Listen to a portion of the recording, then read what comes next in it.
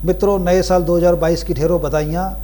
आज की वीडियो उन मित्रों के लिए समर्पित है जो स्टॉक मार्केट में बिल्कुल नए हैं या स्टॉक मार्केट के बारे में थोड़ा डिटेल में जानना चाहते हैं। थोड़ा कन्फ्यूज़न है, थोड़ा डर भी है कि कहीं रातों रात भारी लॉस ना हो जाए। शेयर कैसे खरीदना है, कैसे बेचना है, मेरे खाते में पैसे कब आएंगे, इस तरह के बहुत सारे सवालों के जवाब आपको हम आगे बताने वाले हैं। तो मित्रों, इस विषय पर हम एक सीरीज शुरू कर रहे हैं जिसमें हम छोटे छोटे वीडियो और चार्ट के जरिए आपको स्टॉक मार्केट की वो बारीक बातें बताएंगे जिन्हें जानना आपके लिए बहुत ज़रूरी है। और उन जानकारियों को हम इन 5 स्टेप्स के जरिए आपको बताएंगे जिनका नाम रखा है 5 गुरु मंत्र। तो इन्हें ज़रूर देखिएगा, ये बड़े काम के हैं और बड़े ही अनुभवी लोगों की जानकारियों से निकल कर आए हैं। तो मित्रों, अगर आपने हमारे चैनल को सब्सक्राइब नहीं किया तो तुरंत सब्सक्राइब कर लीजिए। सब्सक्राइब का बटन नीचे दिया हुआ है और बेल आइकन भी दबाइए, लाइक भी कीजिए, साथ साथ में कमेंट भी कीजिए। कमेंट पर अपने प्रश्न रखिए, जो पॉइंट हमारे यहाँ से छूट गए हो उन पॉइंट को उठाइए ताकि हम उस पर और वीडियो बना सकें और आपके प्रश्नों के उत्तर दे सकें। तो चलिए शुरू करते हैं आज का ये सेशन।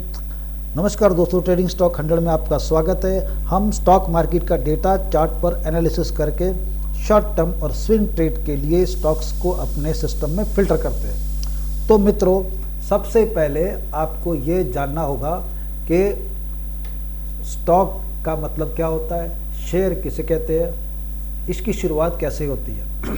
उदाहरण के लिए, जैसे कि आप एक कंपनी शुरू करना चाहते हैं, आपके पास कोई बेहतरीन आइडिया है कि ये प्रोडक्ट, ये सर्विसेज कस्टमर को बेची जा सकती है और भारी मुनाफा कमाया सकता है, तो आपने एक कंपनी स्थापित की। मान लो उसका नाम है ABCD लिमिटेड।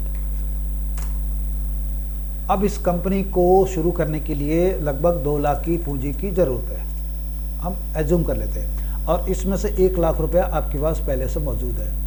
अब बाकी बचा जो 1 लाख रुपया है, ये आप कहाँ से लाएंगे? तो जी ये 1 लाख रुपये लाने के लिए आपके पास कई ऑप्शन है। जैसे कि आप बैंक में गए, ठीक है, रिलेटिव के पास गए, या फिर स्टॉक मार्केट में आए।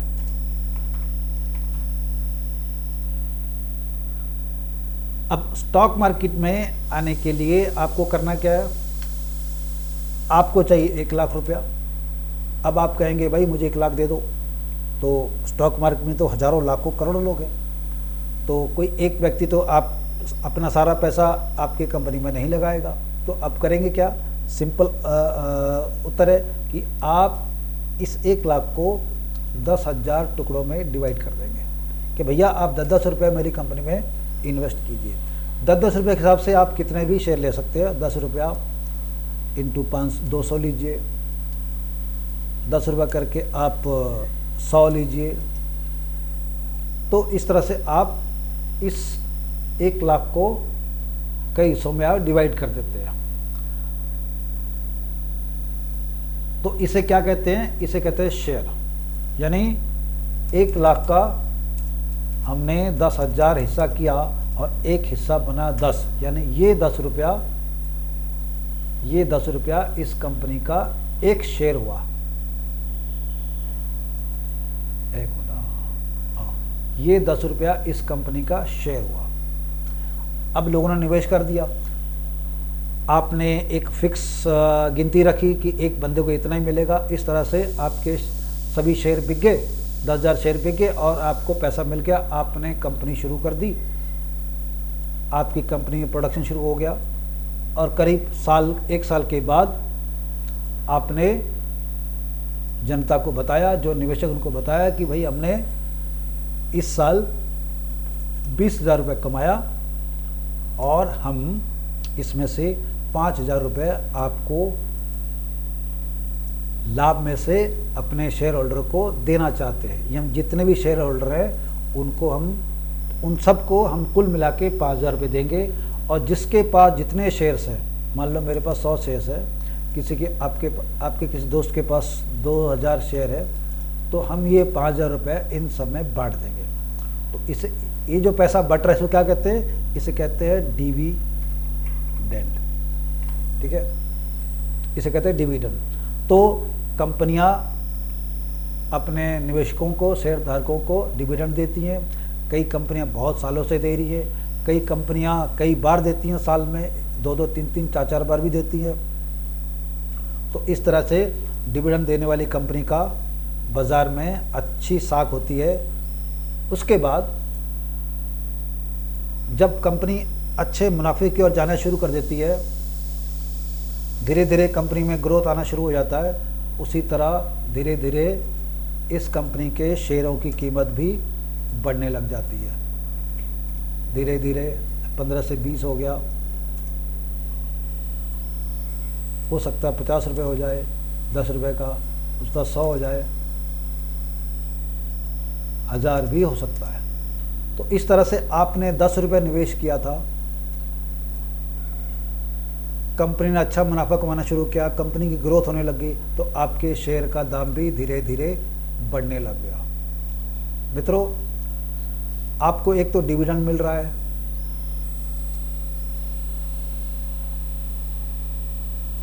कंपनी आपको डिविडेंड दे रही है, दूसरा शेयर के दाम बढ़ रहे हैं, यानी आपको डिविडेंड से भी इनकम हो रही है और शेयर के जो दाम बढ़ रहे हैं उससे भी आपकी पूंजी बढ़ रही है। तो इस तरह से शेयर बाज़ार में काफ़ी अच्छी बढ़ोतरी की संभावना है। ऐसा भी सुनना है, ऐसी भी खबरें में आई हैं कि 20-25 साल पहले जिन्होंने कुछ अच्छी कंपनियों में निवेश किया था, लगभग 1 लाख रुपया,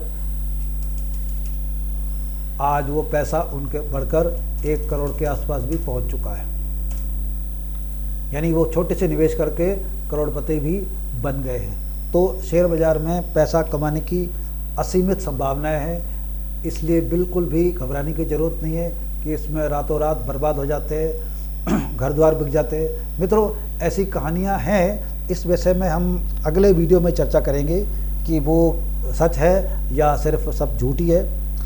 और ये भी बताना चाहते हैं कि शेयर बाज़ार के अंदर सिर्फ आप ही नहीं है, ऐसे करोड़ों लोग हैं, बड़ी बड़ी कंपनियां इसमें निवेश करती हैं। उनमें से कुछ कंपनी नाम बता दूं आपको, जैसे ICICI है, HDFC है, HDFC बैंक भी है, और भारत की सबसे बड़ी इंश्योरेंस कंपनी LIC, GIC और FII यानी फॉरेन फंड इनमें निवेश करते हैं। इसके अलावा HNI यानी हाई नेटवर्थ इंडिविजुअल्स, बड़े बड़े पूंजीपति भी स्टॉक मार्केट में निवेश करते हैं, बड़े बड़े विदेशी फंड हाउस भी इसमें निवेश करते हैं और सालों से निवेशित है, और उनका निवेश तो अरबों रुपए में होता है, एक साथ लाखों करोड़ों शेयर वो खरीदते हैं।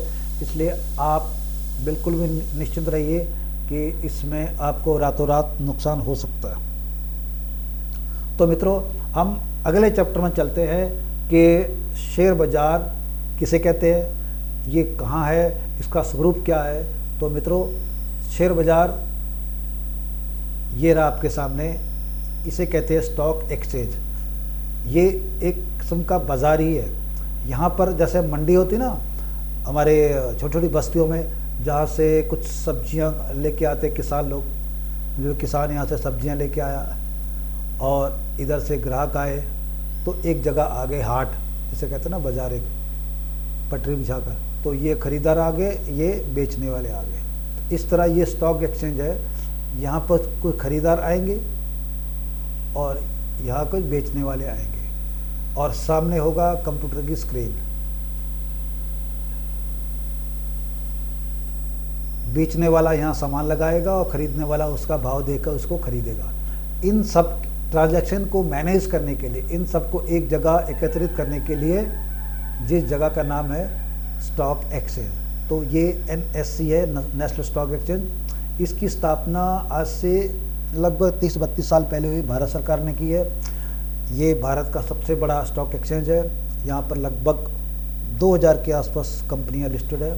इसमें रिलायंस है, टाटा है, SBI है, ICICI, एक्सिस बैंक जैसे बड़े बड़े संस्थान इसके अंदर रजिस्टर्ड है। उसी तरह एक और बड़ी एक्सचेंज है हमारे देश में, उसका नाम BSE, बॉम्बे स्टॉक एक्सचेंज। ये लगभग 150 वर्ष पहले शुरू हुआ था। इसमें हज़ारों कंपनियां लिस्टेड है, क्योंकि ये बहुत पुरानी एक्सचेंज है। इसका मुख्यालय अभी दिल्ली में है, सॉरी मुंबई में है। इसके अलावा भारत के बड़े बड़े शहरों में भी छोटे छोटे एक्सचेंज है जो इन्हीं से कनेक्टेड है। और इन दोनों एक्सचेंज के ट्रांजैक्शन को, इन दोनों एक्सचेंज के नियम कायदों को लागू करने के लिए भारत सरकार ने एक और संस्था का निर्माण किया है जिसे कहते हैं SEBI, stock exchange board of security exchange board of India. ये भारत सरकार के नियंत्रण में है। इसका कुल काम ये है कि जो दोनों एक्सचेंज हैं उनके क्रियाकलापों पर नज़र रखना, उन्हें नियम में बांधना, और जो कंपनियां यहाँ पर लिस्ट होने के लिए आती हैं, जो शेयर धारकों से पैसा उगाने आती है, उनके नियम, उनके सिस्टम को पारदर्शी करना ताकि किसी तरह का कोई फ्रॉड ना कर सके, कोई धोखाधड़ी न कर सके, और हजारों लाखों करोड़ों जो निवेशक हैं उनकी अरबों डॉलर की जो पूंजी है वो सुरक्षित रह सके। तो इस तरह हमें एक स्टॉक मार्केट का थानेदार कह लो या स्टॉक मार्केट का पुलिस स्टेशन समझ लो। आप किसी भी कंपनी के किसी भी शिकायत को, किसी भी स्टॉक एक्सचेंज के किसी भी प्रश्न को आप यहाँ पूछ सकते हैं। इनकी वेबसाइट है, पोर्टल है, वहाँ जाकर आप पूछ सकते हैं। मित्रों, अभी हमने बात की थी Bombay stock exchange. Bombay stock exchange में जो शेयर लिस्ट है उनकी एक छोटी सी झांकी दिखाता हूँ। ये देखिए, ये बड़ी बड़ी कंपनियाँ हैं। ये बजाज इलेक्ट्रिकल है, ठीक है ना, और यहाँ देखते हैं ये भारत इलेक्ट्रिकल है, बाटा इंडिया, आप जूता पहनते हो, एक्साइड इनकी बैटरी बहुत प्रसिद्ध है, डाबर इंडिया इनका शहद और च्यवनप्राश प्रसिद्ध है, उसके अलावा टाइटन की घड़ियाँ पहनते हैं, स्टेट बैंक ऑफ इंडिया है, गोदरेज इंडस्ट्री है, हीरो मोटो है।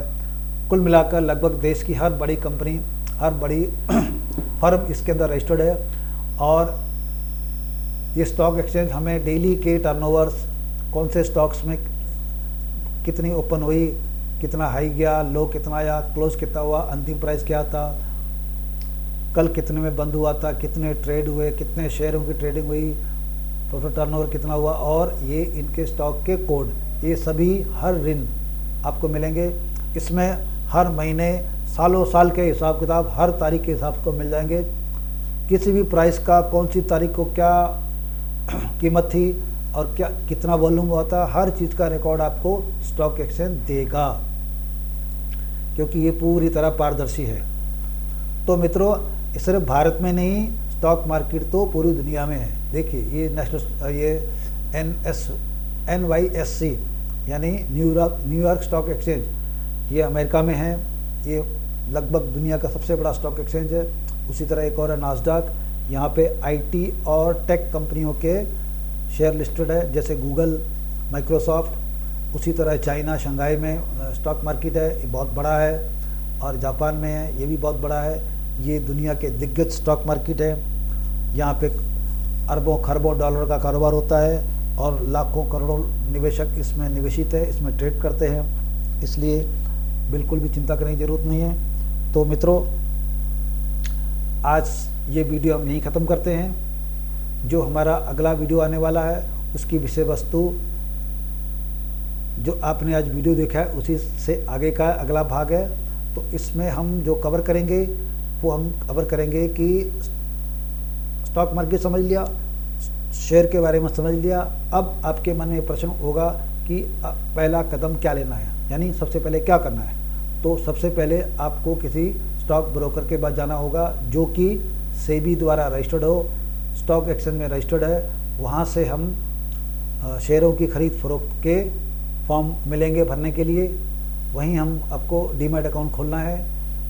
डीमैट अकाउंट के बिना हम स्टॉक मार्केट में काम नहीं कर सकते।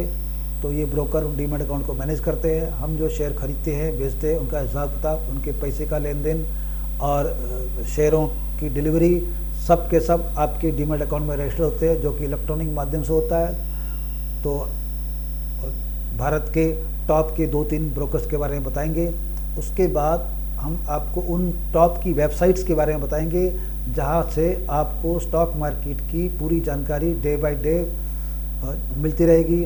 कौन सी कंपनियां मुनाफा कमा रही हैं, कौन सी कंपनियां लॉस उठा रही हैं, नए प्रोडक्ट्स क्या आ रहे हैं, इकोनॉमी में नई हलचल क्या आ रही है, सरकार की क्या नीतियाँ आ रही हैं, उन सारी की सारी आर्थिक जानकारियाँ इन वेबसाइट में मिलेंगी।